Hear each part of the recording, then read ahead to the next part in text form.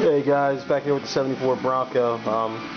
Got to weld in that patch, made it, got it all welded up, and then started on the two sections I thought were suspect next to it, and sure enough, they're just gonna have to get all cut out and replaced. I thought I'd get lucky. I used my little grinder here, or cutter, and see if I could get it, slice it out, and then just run a bead. As soon as you start to weld, you can see it just starts blowing through, so you know that all the metal around that is no good.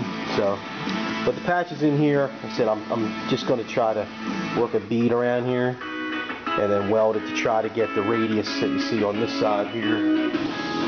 So I'm not looking for a perfect shot, but I got the roll in the body here pretty good. So you know, it's not going to be perfect, but it'll be it'll suffice. It'll be solid.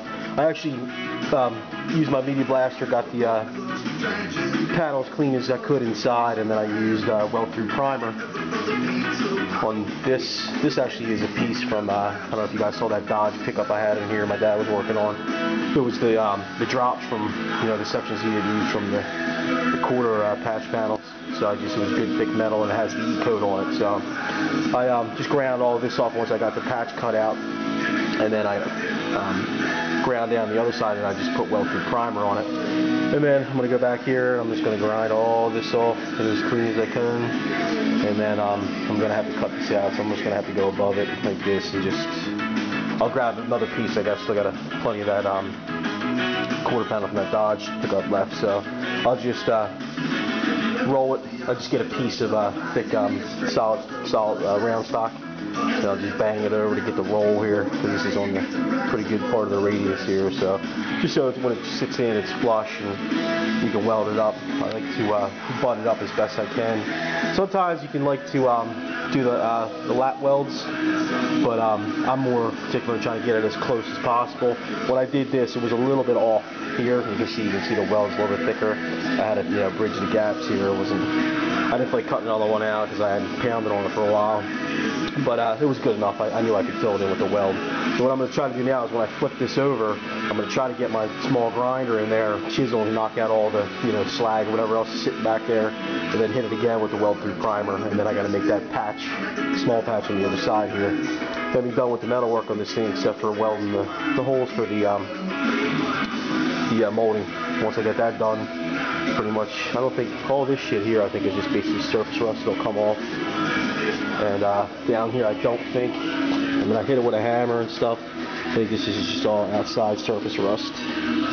So I'm going to clean it up with my my little grinder, get it as clean as possible, and then take this thing back outside, just media blast the paint off here, because I'm using the stripper inside here. I mean, I tried, I did one cut. It's a pain in the ass, man. You got all those little nooks and stuff that the paint sticks to. It's just very hard to get clean, so I knew I was going to just media blast it on the sides here, get that real good in there, and then prime it up, put my epoxy on it, and then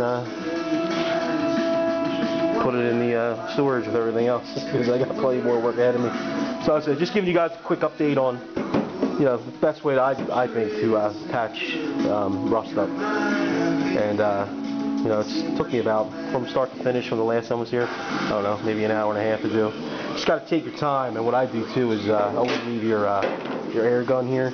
So as you're welding, I always start out tacking, every so often, get the panel to fit up as best you can. And what was good is I had the piece was cut up from behind here, so I could actually get my body hammer in here and bang it up to where everything was square. But so get it good, as good as you can get it.